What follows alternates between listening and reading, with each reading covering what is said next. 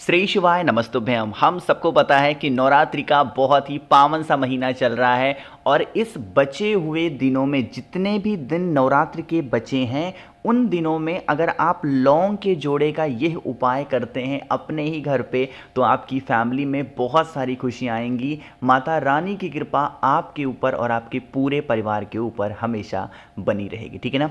कुछ दिन और बचे हैं आपको पता है नवरात्रि में, तो जब भी आपको मौका मिलेगा ये लौंग के जोड़े का उपाय आप सभी को ज़रूर करना चाहिए। ठीक है ना। चलो स्टार्ट करते हैं हम लोग। तो लौंग का जोड़ा तो हमें लेना ही लेना है, साथ ही साथ हमें इस प्रकार से पुष्प भी लेनी है।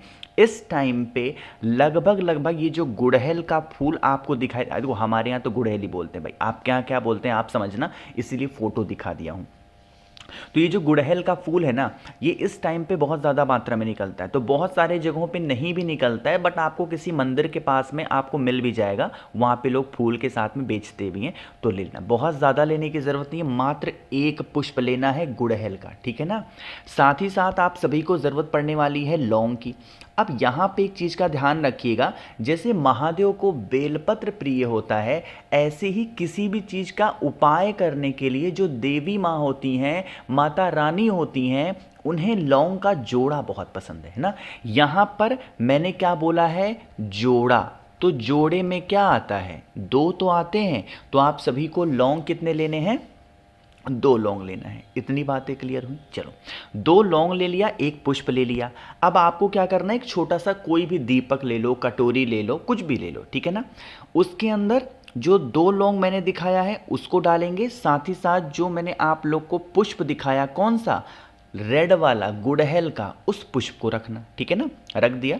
अब आप इस दीपक को उठाएंगे और लेके कहाँ पे जाना है, देवी माता के सामने। कोई भी देवी माँ जो आपके घर में विराजमान हो, उनकी फोटो हो, मूर्ति हो, प्रतिमा हो, उनके पास लेकर के जाएंगे और आप सभी को उस दीपक को देवी माँ के सामने रख देना। इतनी बातें क्लियर हैं। रखने के बाद में आपको एक घी का दिया, लंबी बत्ती का, देवी माता के सामने प्रज्वलित करना। इतना सब कुछ करने के बाद में आप फिर वहाँ से हट जाओ, है ना। हटने के बाद में थोड़ी देर के बाद आप देखोगे तो जो दीपक आपने जलाया था वो दीपक ठंडा हो गया। जब दीपक ठंडा हो गया तो दूसरे कटोरी में आपने क्या रखा था, दो लौंग रखे थे और एक आपने पुष्प रखा था। उस कटोरी को फिर से उठाना, पुष्प को समर्पित करेंगे कहाँ पे, माता के चरणों में। जो जो भी देवी माँ की आपने पूजा की है उनके सामने उस लाल पुष्प को समर्पित करेंगे। बाकी के बचे हुए जो दो लौंग आपके पास में है ना, आप अपने पूरे घर में उन दो लौंग को लेकर के घूम लें। जितने भी रूम्स हों, जितने भी कमरे हों, सिर्फ वॉशरूम में मत जाना, बाकी हर जगहों पे घूम करके और वही दो लौंग नीम वृक्ष के नीचे लेके जाना और चुपचाप छोड़ करके चले आना। इससे देवी माँ की जो कृपा है वो आपके ऊपर और आपके पूरे परिवार के ऊपर हमेशा बनी रहेगी। फिर आपको बहुत ज़्यादा परेशान होने की कोई ज़रूरत नहीं पड़ती है। ठीक है ना। करिएगा ज़रूर। तो पहला उपाय आपको समझ में आ गया होगा। आगे बढ़ते हैं अब इस वीडियो के हम लोग अपने दूसरे उपाय की तरफ, जो कि हमें करना होगा किससे, इस प्रकार से आम के पत्ते के साथ में ना। देखो अब आम का ही हमें बहुत ज़्यादा पत्ता, अब देखो आम के पत्ते का ही उपाय मैंने आप सभी को पंचमी पे बताया था, बट आम के ही पत्ते का उपाय आज आप सभी को नवरात्रि के इन दिनों में भी करना चाहिए। इसके बेनिफिट क्या हैं, देखो जैसे घर में लड़ाई झगड़े होते हों, घर में क्रोध होता हो, तो आप इस उपाय को ज़रूर करेंगे। अच्छा हाँ, देखो लड़ाई और क्रोध का नाम आया तो मुझे यहाँ पे एक छोटी सी बात याद आ गई। बहुत सारे लोगों ने नौमुखी नेपाली रुद्राक्ष ऑर्डर किया था। ठीक है ना। जिन लोगों ने इंडोनेशिया रुद्राक्ष ऑर्डर किया था उनको तो मैं पहुँचा चुका हूँ, बट जिन लोगों ने नौमुखी नेपाली रुद्राक्ष ऑर्डर किया था थोड़ा सा उनका ऑर्डर डिले होगा, क्योंकि नौमुखी नेपाली रुद्राक्ष आउट ऑफ स्टॉक हो गया। आपका प्यार इतना मिला कि सारे रुद्राक्ष खत्म हो चुके हैं। नौमुखी मैंने मंगाया है। जिनके अभी तक नहीं पहुंचे हैं नौमुखी कैश ऑन डिलीवरी के ऑर्डर, आपको सिर्फ और सिर्फ 2 से 3 दिन और वेट करना है, मैं बहुत जल्दी पहुंचा दूंगा। ठीक है ना। चलो अब बातें करते हैं इस उपाय की। क्रोध और लड़ाई का है, आपको एक आम का पत्ता लेना और आम के पत्ते के साथ में आप सभी को क्या जरूरत पड़ती है, बताओ भाई, लाल चंदन की, क्योंकि हम ये उपाय कहाँ करेंगे, महादेव के शिवलिंग के पास में। ध्यान रखिएगा, जब भी आप महादेव के शिवलिंग के पास में कोई भी उपाय करेंगे, दो चीज़ों का इस्तेमाल नहीं करना है। कौन कौन सा, एक तो आपको कुमकुम का इस्तेमाल या फिर प्यार से रोली कह सकते हो, नहीं करना है, एंड दूसरा आपको हल्दी का इस्तेमाल नहीं करना होता, ठीक है ना। बाकी आपके पास में लाल चंदन हो तो उस लाल चंदन से कुछ इस प्रकार से, जैसे मैंने लगा दिया, आप भी ऐसे 2 बिंदी लगाएंगे, ठीक है ना। और बिंदी लगाने का तरीका मैं आपको बता चुका हूँ। जो पहली बिंदी लगेगी वो आप अपने नाम की लगाओगे, ठीक है ना।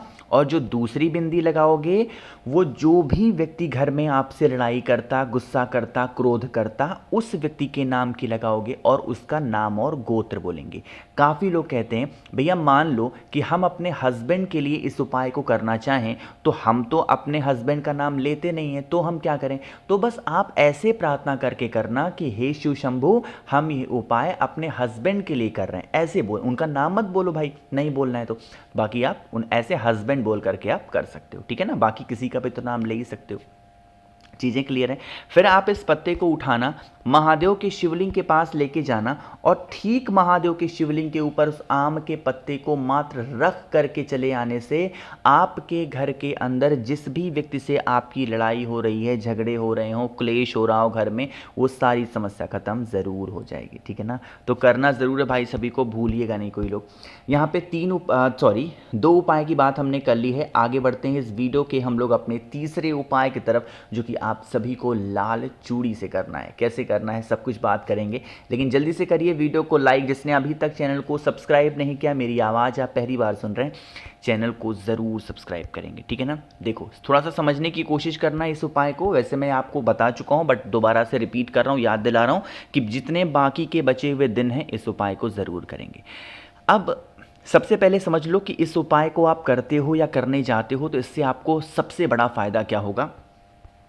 क्या लिखा मैंने, सुधार, मतलब किसी के अंदर सुधार लाना हो, चाहे आपको अपनी पत्नी के अंदर सुधार लाना हो, पति के अंदर लाना हो, बच्चों के अंदर लाना हो, या फिर दुनिया के किसी भी व्यक्ति के अंदर आपको सुधार लाना हो, उस व्यक्ति को सुधारना हो, तो आप इस उपाय को करेंगे, ठीक है ना। इसके लिए ज़रूरी नहीं कि सिर्फ हमें लाल चूड़ी ही लेनी है। श्रृंगार में से कोई भी 5 सामान ले लो, जो भी 16 श्रृंगार का सामान आता है ना, उनमें से कोई भी 5 सामग्री ले लो। चूड़ी ले लो, बिंदी ले लो, नेल पॉलिश ले सकते हो, है ना। आप चाहो और भी मेहंदी है, बहुत सारी चीज़ें आती हैं। आप कुछ भी 5 सामान जो आपके बजट के हो ना, उन 5 सामान को ले लो, ठीक है ना। और लेने के बाद में आप सभी लोगों को लेके कहाँ जाना है, देवी माता के किसी भी मंदिर में, चाहे वो छोटा मंदिर हो या बड़ा मंदिर हो, और वो देवी माँ कोई भी हो सकती हैं। ऐसा नहीं कि माँ काली के पास जाना है, माँ गौरी के पास जाना, माँ पार्वती के पास, मतलब किसी भी देवी माता के मंदिर में आप उस श्रृंगार के सामान को लेकर के पहुंच जाना। वहां पर पहुंच करके देवी माता के सामने उस श्रृंगार के सामान को समर्पित करेंगे। और अगर कोई व्यक्ति सुधारना हो किसी को, और अगर उसके हाथों से उस श्रृंगार वाले सामान को टच करा करके तब देवी माता के सामने अगर आप रखते हो तो इससे आपको ज़्यादा प्रभाव पड़ेगा, ठीक है ना। वहाँ पे रखिएगा और रखने के बाद में फिर इस श्रृंगार के सामान को यहाँ से उठाएंगे। आपके घर के आसपास में या फिर उसी मंदिर में पंडित जी की कोई घर वाले हो या फिर उनकी वाइफ हो, तो उनको उन श्रृंगार के सामान को अगर आप दे देते हैं तो इससे आपके घर में खुशियां भर भर के आती हैं। कभी जीवन में आपको पीछे मुड़ के देखने की आवश्यकता नहीं पड़ती है, ठीक है ना। 3 उपाय आपको समझ में आ गए हैं। आगे बढ़ते हैं अब इस वीडियो के हम लोग अपने चौथे उपाय की तरफ। और ये कोई उपाय नहीं है, बल्कि हम यह करना चाहते हैं इस उपाय के माध्यम से कि हमारे घर में देवी माता का वास हमेशा बना रहे। कैसे, देखो, मुझे उम्मीद है कि आप लोगों में से मैक्सिमम लोगों ने क्या किया होगा, इस प्रकार से अपने घर में कलश स्थापना कर रखी होगी। लेकिन जब आप नवरात्रि आप देखो जब ख़त्म हो जाती है, जब हम लोग हवन वगैरह कर लेते हैं, दसवीं आ जाती है, तो जब विसर्जन की बारी आती है तो हम ये देखते हैं कि बहुत सारे घरों में कुछ जौ होते हैं ना, वो जौ ऐसे निकलते हैं, बहुत सारे घर। लेकिन बहुत सारे घरों में जौ निकलते नहीं है। उसके पीछे रीज़न क्या है मैं आपको बता दूं।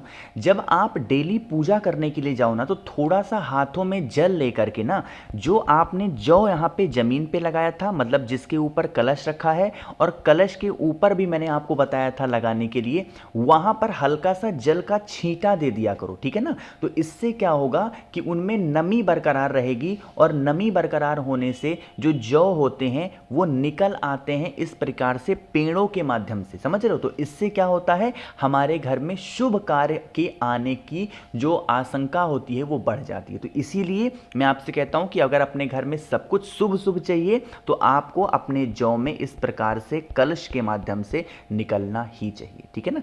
चलो, तो यहाँ पे मैंने आप सभी को बहुत सारी चीज़ें बताई हैं। वीडियो अगर आपको पसंद आती हो तो लाइक ज़रूर किया करिए, कुछ पूछना रहा करें नीचे कमेंट सेक्शन में पूछें, और मेरे जितने भी भाई बहन आवाज़ आज मेरी पहली बार सुन रहे हैं चैनल को ज़रूर सब्सक्राइब करेंगे। श्री शिवाय, नमस्तुभ्यं।